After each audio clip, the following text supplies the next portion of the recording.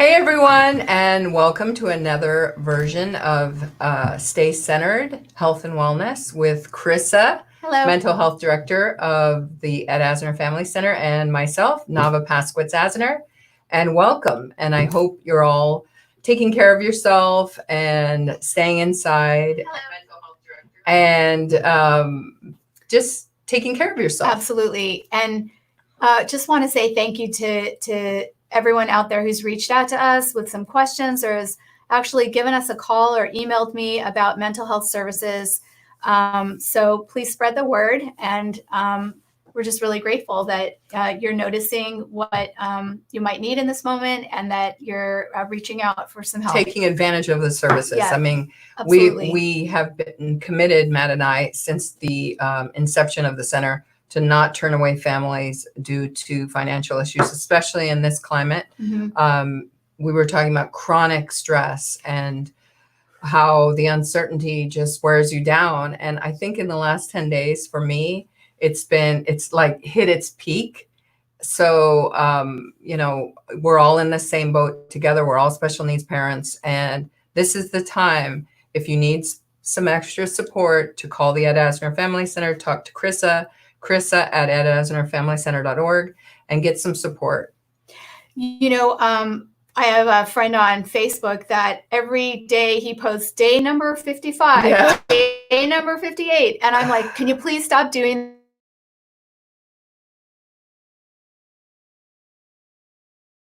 be extended to possibly August, I guess. And that really stirred up a lot for sure. And I felt an added layer of stress myself. Absolutely. And so I'm really glad we're doing this show today. We're also feeling, I'm also feeling from some of my clients that we're sort of losing steam a little bit. We're sort of feeling a little dampened. Our spirit has been dampened, possibly losing some motivation. So I think it's really important to first start to identify, it's really tough when you hear, hey, we're going to be in this a lot longer. We know the reality of that. Yes, it's here to stay. It's here. We're going to work on it. But to have that reality where things are not opening up as we had expected, our hair salons, our lifestyles are not really getting back to where we had hoped at this point. It's almost the end of May. Yeah. So it can be really frustrating and disappointing. And so what starts to happen? Well, I mean, I think each person is dealing with the pandemic in a different way. If you're anxiety prone, like so many of our community are, this chronic stress, it's a buildup. I mean, I have fibromyalgia, so I have symptoms that are similar to the kind of you were talking about brain fog. The brain fog. And so I'm like, but also, and you just had it. I just had a brain fog. But also insomnia. I mean, my sleep is totally disrupted. I've been having night terrors. I know I talk to a lot of people that say their dreams are unnaturally just more vivid and more disturbing. And I was thinking for myself, when you have so much going on in the day and you're taking care of kids and these loads of online schooling and work and trying to do everything at once. For me, I think your brain finally gets a chance to really absorb the magnitude and the kind of fear of what's going on. And it manifests in these crazy, bizarre, I've never taken hallucinogenics in my life, but I imagine that this is what it must feel like, because my dreams are bizarre. And I've heard a lot of people say that a lot of their dreams are having night terrors, or kids are having night terrors. Your brain's just trying to work it out. Yeah. It really is. And we're also still in a state of fight or flight. So what's happening is that we're still secreting that high adrenaline, right? Also the cortisol that we secrete when we're in constant stress. Yes. So when we're in constant stress, we're still, I feel like this is low grade vibration that I'm always holding. Like I'm always holding something in my gut or in my shoulders. Yeah. And, last week we learned how to breathe a little bit more of that deeper breath. Release the tension. But I'm not always in that mode. And so I find the stress can be overwhelming myself. And I have to really put in place some tools and techniques to bring myself back to a place of calm. But in the meantime, some of the indicators of like more of that chronic stress that we were just talking about before we got started, it could be really difficult to make some decisions, decision making, problem solving. You have several children at home. It might be hard to even figure out, what do you want to make for dinner? Right. And I have a lot of parents. I was just talking to a mom last night, and she was saying, there's all this time. So there's all these jobs that she said, oh, if I only had time, I would redo this and redo that. And you have these great expectations, but then this kind of fog comes in, and then you have an added bonus of feeling like, oh, I'm not doing what I set out to do, and you're disappointed in yourself, and you're feeling like a loser, like I was when I started cleaning my closet, and now it's just a craziness. So you never got to finish. Yes, but it's that uncertainty, like you say, you can't finish a task, even if it's not a small task, but we're all feeling a little ADD. It's a total feeling of ADD, but it's never ending ADD. Yes. And I think that's just the tip of the iceberg of what we're going through right now. Absolutely. I mean, just well said. And it's like something as simple as, what do I want to make for dinner? Mm-hmm. What do I want to get at the market? It can be really fatiguing emotionally. Completely. And just something simple like that. Maybe some people are feeling a little bit like they want to spruce up and get some summer clothes. Getting online, trying to figure out what it is that you're actually going to need online. It's so daunting. I think there's a lot of people also who are shopping, not like impulsively, maybe a little bit. Oh, for sure. But we are, because of the uncertainty, it gives you this, you're doing things impulsively, I guess. Yeah. I would say. Don't tell my husband that. It's the retail. Well, he sees UPS. He sees UPS pull up Amazon or whatever. But it's retail therapy. Sometimes, yes, it's therapy. It's absolutely. It's therapy. But this is part of the brain fog as well. I can't make a decision that's going to be a good decision for me or healthy. So I'm going to go and grab that cupcake, and I'm going to grab that glass of wine because it's the easiest thing possible. Okay. The latter for me. Yeah, right. Should we bring in our guest and ask him, do you have a story for us, Matt? And you were going to tell us about one of your I just came into camera. That laugh is the best. I laugh so much when I'm with you guys, and I just have such a great time. And so that laughter and that sense of humor is really what we need more of too. To keep it up, right? Yeah. And you have your center orange on. I do. I have my center. I'm civilian clothes today. You're a civilian, but you have your. I have my center orange. Mm-hmm. My center orange. So, how do you feel about your wife's impulsive shopping? Yes. Well, I do notice it. You do? It's a technique for her. Every day there's a new package. There you go. I wouldn't say every day.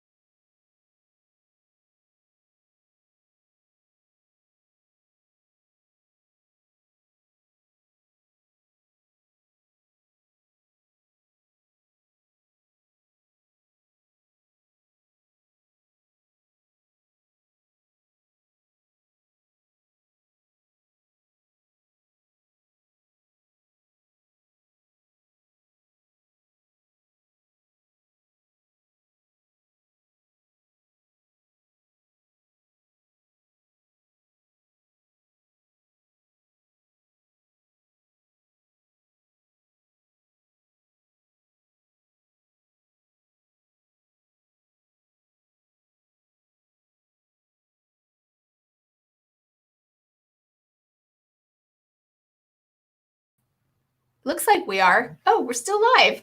Sorry for that little technical glitch, guys. But sometimes This is the the time. stress is Yeah. overwhelming, and for some reason the vibration turns the cameras off. it was Chris's vibration. Our vibration of stress. But I think what you were saying about the feeling that your body is having, I think another part of chronic stress is you're not even realizing you're tightening you're actually like being rigid in your body. I mean, I notice I'm clenching my hands a lot and stuff like that.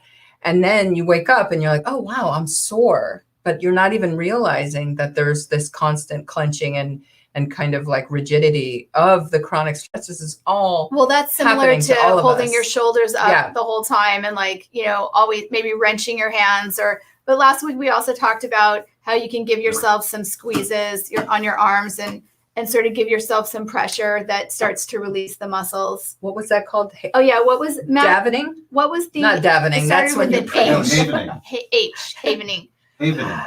I haven all the time. This is my havening. Yeah. Yeah, That's when it. you're That's yeah, similar, My and it's haven. similar to fidget toy. And this. Fidget. I haven. Yeah, That's my havening. I like doing That's, that. you do that in your private time though.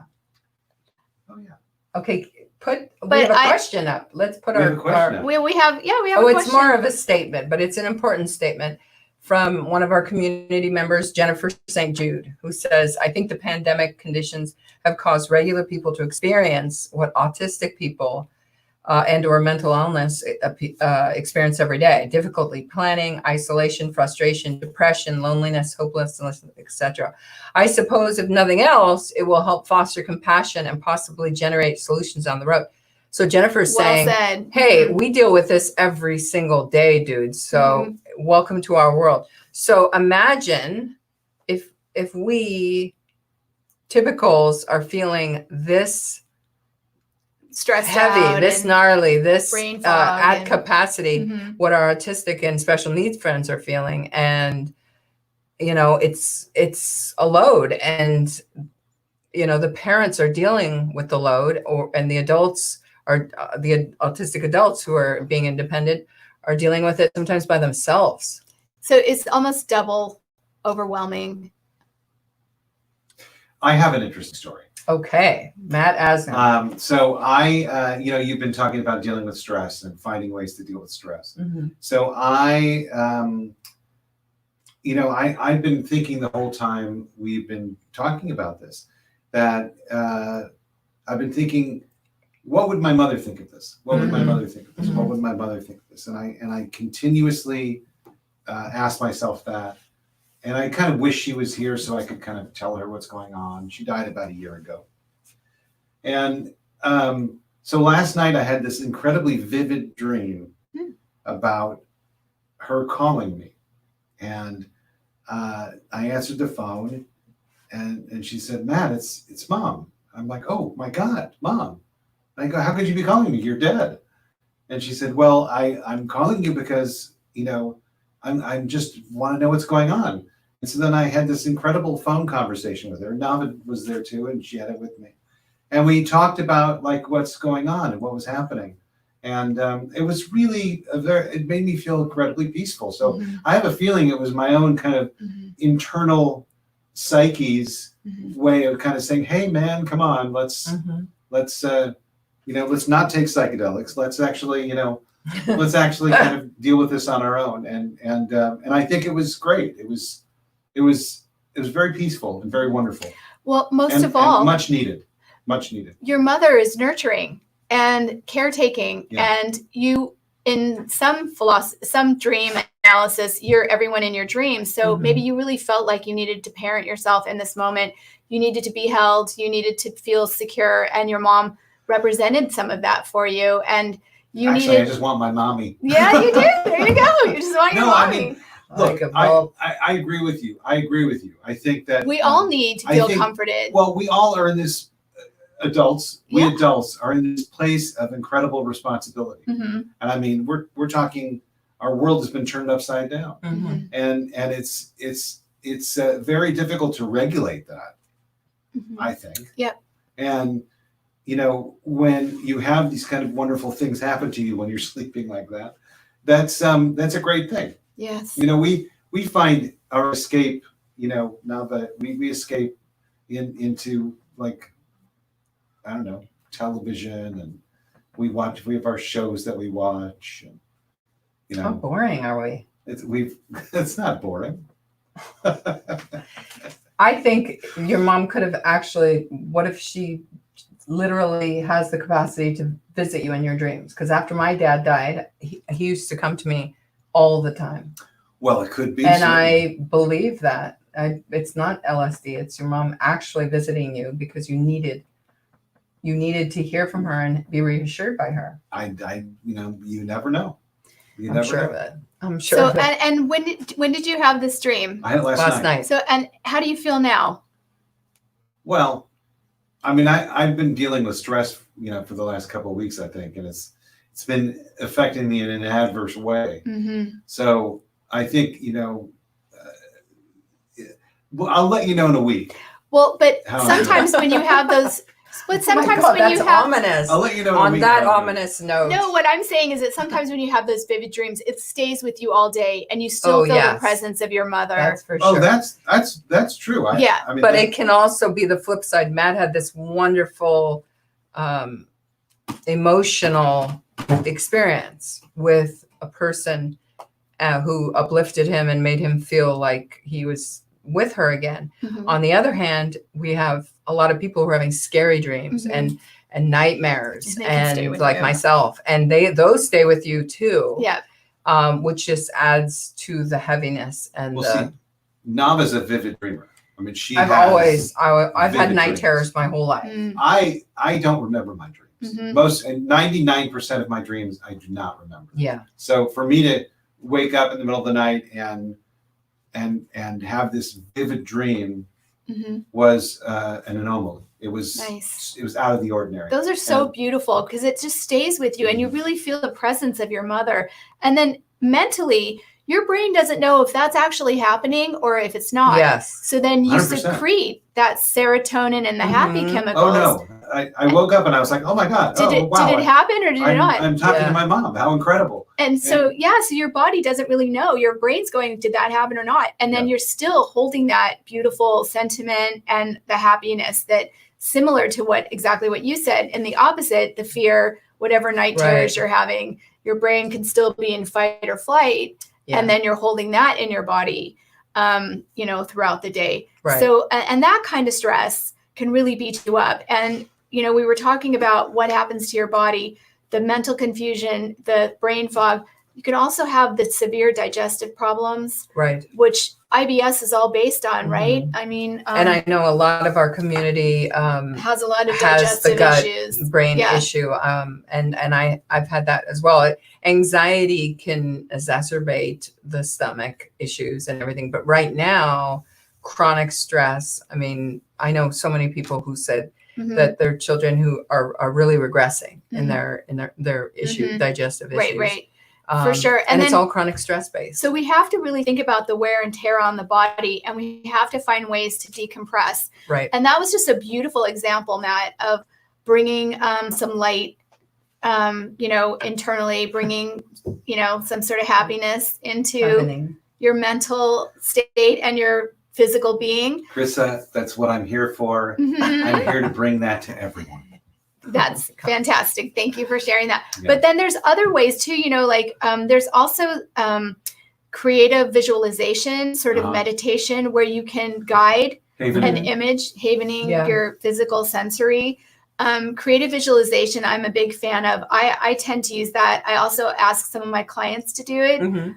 We might do work together through what kind of imagery do you want to hold in your Right. thoughts. And you can evoke the happy chemicals as well. 100%. I agree with you. You can somewhat control that. I mean, I think there's times when you can't control it. You're Of just course. like freaking out. and Yeah, Yeah. Like, oh my God, what am I going to do? yeah. But certainly, I think and I think you can, and correct me if I'm wrong, I think you can train yourself Yes, to change how you're feeling. Correct. yes. So you have to work. It's work, right? It's It's the hardest work. It's like muscle memory, and it's cognitive mindfulness. behavioral therapy. It's Mhm. mindfulness. It's whatever your muscle memory, and certain smells and sounds can evoke those Negative and positive. negative and right? positive. Like, I know you came from a music background, and so did I. And Nava's a big fan of.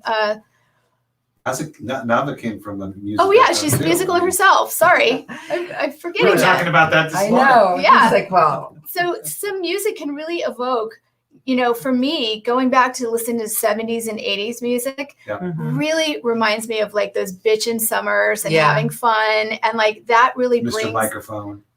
What was that? I'm just joking. It's like an infomercial from Oh, the yeah. 70s. Where they, I know. I think you're right, because I kind of we kind of talk about this a lot in our house, because music is such an important thing for It us. really evokes Definitely. some good And stuff. so Navah has like this playlist that's like her Mhm. favorite songs, and it plays over my and over again. repeat. And then I think I have more of a like, if I'll have mine separated into feelings. Mhm. So I have one called Escape. My Playlist. one playlist, Escape playlist, Mhm. and I have a Is it Energy. parentheses from Navah? no, it's Okay. no, it's Escape and Energy, and I have like a punk playlist, and it's fun, it's exciting, and let's see. There's another comment too that someone's talking about happy chemicals. I definitely agree with this one. It says, it's from Jennifer, a different Jennifer. Speaking of happy chemicals, the most helpful thing I have done for myself and my family during these last few weeks has been to get out for walks. Yeah. It helps release tension so much. 100%. 100%. And piggybacking on that, I love Dance Party. Yeah. I like making a fun playlist, and like just, we're limited in our exercise right now. So maybe a dance party with some friends. We definitely we're working on another dance party, It's another fun to live do with dance your party with kids. DJ Dave. Yes. Yeah. But I was going to say, from the last Jennifer's comment, when you have kids, and kids can get in that rut, kids can get in, especially we have special needs kids who are electronic addicts, which is very common. In our household too. No, it's common in general. Yes. So don't make me feel worse than I already do. But we force these guys to take walks with us. They are not into it, but they always have fun. They always come back with totally different frames of mind. Willie the other day, remember, he was like, I feel great. He was in a total funk before he started, and he was like completely uplifted, just like Jennifer was saying, happy chemicals. And when I take Will for a walk, we end up walking far. Yeah. And we'll take pictures on our walk. We'll each have a phone, and we'll take pictures of what we want to kind of remember from our walk. And making it fun, giving them a task. But I don't think you should feel bad about pushing kids out of their comfort zone. I think it's important to know that they're going to complain. I mean, kids are going to complain. They want to just hang out in their underwear and play iPad all day. And if allowed to, they would. I know my son would. But so you have to push them out of their comfort zone. I'm so grateful that we have the ability to swim every day. So when it's sunny, it's no problem. But yesterday was rainy, and the funk, the fog of funk comes back in, and that's very, very difficult. And so I would just say to people, again, another load to put on a parent's mind, and now I have something else I have to feel guilty about. But just do your best, But also, if you want to do the walk, or if you want to do something, you can do it at least twice a day. You don't have to wait till the end. Twice of the a day. day walk? Sure, you could break it up. No, that's unrealistic. Well, you can. I like to get out. Kids even if we get them out once it a day, depends what I'm their stoked. schedule. Okay. All right. Come on. Let's then be maybe realistic. you do one walk, and then you do something else that will really get their mind off the electronics. Definitely. If you have a backyard or a patio or something. Yeah. But if you're talking about limiting the electronics, then that might be helpful, redirecting them into something a little bit more positive that the family can do. Maybe you do one song dance party, get your sillies out, get your energy out, and then get back to whatever you're doing in terms of school. That's the issue. Work. It's like, the school day is all virtual now, and the kids are on their butts all day long, and they're really antsy. And my guy has ADHD, so I'm always having to be there and redirect him. And it's a big load for the parents. So I would say, again, do as best as you can, get through each day. These are not normal times. Can we just say that? These are not normal times. And we're feeling it for sure. Yeah. So I think we all have to give ourselves a break. I keep saying Well, that, and I'm going to always say that. We got to keep giving ourselves a break. And I think this is the first time in history where you can ask every generation alive, have you ever seen this? Mhm. Is this something you have any experience with? And every one of them can say never. Yeah. Right. So this is something that we're all kind of on an even playing ground on in Yeah. terms of how we feel about it and how much it scares us. And, I mean, certainly there are people in worse situations than Yeah. others, but I feel that we're all in a situation, we're all in a state of being unaware. We're unaware of what's going to happen. We don't know. And that's a very scary place to be. Yeah. Very scary. And I think also too, children are more resilient. I know our special needs community, it's really hard to explain what's happening and why the life has changed so much. And Mhm. but children are more resilient. It seems like they can really redirect and possibly bounce back better than our teens, our young adults, and 100%. the older populations. Yeah. That we try not to leave on their own. They're already so isolated. So even paring down their world is just so much more isolating. Yes. And Absolutely. you have your extroverts, your introverts. People get their life energy and nurture their soul and their well-being from being out in the community. Yeah. We're all creatures of social interaction and everything else. So whatever you can do to help provide some sense of social connection, phone, video, still reach out to people. I agree with that, especially for our older community. And those are the emails and the calls that I'm getting the most of. People who are used to having a really full schedule. Mhm. We have a lot of teens and adults in our social programs who they're, everything that they had worked so hard for to really build social connections has totally been taken away. A lot of times they're living with their parents, and there are some good there's some good cases, and there's some really, really disastrous things going on. A lot of behaviors, more aggression. I have close friends who their children are regressing to the point where they feel like they're right at the beginning of the stages of where they started on their journeys, and it's overwhelming. There's another question. Alrighty. I have a question, says Jennifer. This is something I've thought a lot about since all this has happened. To Navah, Matt, and Chrisa, how do you go on? You make these videos, you keep the classes going and more. Since all this, my world has gotten very small and simple, and I feel like there's so many things I want to do, and I can't put the steps together. I feel like the whole world is now in autistic isolation mode with me. I never really appreciated neurotypicals more. How do you guys keep going with the weight of all of these? Wait a minute, there's more. Is there more? I No. think. No. With these Oh, maybe she ran out. with There's the a weight limited of all of these. decisions and Let's all maybe guess what the last word is. decisions. Days. Oh, the weight of well, all of these. Is she saying, how are we, the three of us, going on? I don't think. Individually. individual? Okay, so let's really quickly each one of us answer that. Okay. So she's really Different looking conditions. Okay. all these different conditions. Okay, so basically, it sounds like what she's saying is that she really wants to know what tools and techniques that we as individuals Mhm. use to keep going. And I think for me, it starts with my thoughts. It starts with each day how I can put away some of the negative thoughts, really speak to those, notice that they're there.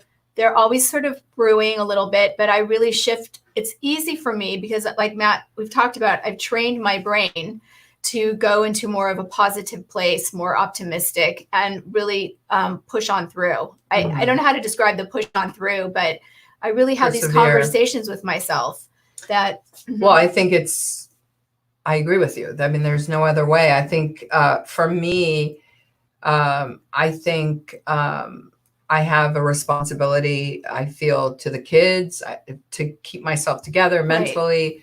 I've done that for a long time. I'm used to that. I also give myself the ability to like have a freak out if I need to, but separate from the kids, not literally. I would be a totally different person if I couldn't swim every day. It's my release. It's my drug. And just being able to have that reconnection with myself and quiet time to myself is the pool and being able to swim. And you've said it before, you have to have a physical release. You have to have a physical outlet. And if I didn't, my spinning would just continue. And so, but I also feel a great responsibility to the community. I get so many letters and emails and people telling me their stories. And some of them are very, very difficult for me because I want to help them. It's like my friend Gary said, there's all these people suffering and he feels like he's never doing enough. And I feel the same way. I feel like there's so much more I could do for these people. And I am continually feeling guilty that I'm not doing enough and that my community is struggling and really needs us. So I don't want to give up for them as well. That's really motivating and beautiful. And also when you give of yourself and you're able to help another, it's really rewarding, For sure. It's not that you do it because it's rewarding. You're doing it because it makes you feel like you're a part of things. We're connected. We're also social about it. And similar, as a therapist, psychotherapist, we're all in the helping profession. Absolutely. That's what the center's about, is how can we help others? And it really helps us with motivation and keep going. Absolutely. Absolutely. Matt, you want to say something? Well, I guess I would just echo what Navah said. We've spent years creating this. I think we both feel it's incredible situation with the center, and I think it is our life, and it's become our life, and it is our life, and so we pour ourselves into that. And I think it's important, like she said, I think it's important for us to present situations to distract people and to entertain people and to educate people. And I think that that becomes something that is very powerful when you're a part of it. So it provides us with energy and it provides us with life. And I think that's it. And it's also very inspiring. It's inspiring to come here and to be able to be of service to others and to and to hear the stories of how we're making a difference and how we can continue to help others. And this is actually, we just had a question from Max, who is our next show next week. We're going to do a show because I've been talking to so many teens about disappointment of not being able to go to the prom or graduate and walk and get the cap and gown, or missing so much and disappointment with grief. The rite of passage. Matt and I, when Aviva graduated from high school, I could cry just thinking about it. It was the best day of my whole life. Really, I was so proud of her, and she has a lot of learning challenges and she did so well. And to see her walk down the aisle, and my heart breaks for the parents and the kids. But equally so. It's when you're a parent of a child and you've worked so hard to get them through some of these very academic schools. So next week, I really want everyone to join us and to support and to honor a lot of our seniors. Would love to have you send in to some questions and also pictures of your senior. Would love to show your senior. We'll do a little collage. Senior pictures. Yeah. So send us your pictures at navah@edasnerfamilycenter.org. And if you have any questions, we're going to be interviewing a few seniors, and maybe Max would like to come on, Max Tuber, and talk about, what was it like to not graduate? Yeah. So I think we're going to wrap it up, and we're going to see everyone next week for our senior honor the senior show. And keep yourself healthy and keep yourself inside. And we'll see you next week. Thanks, everyone.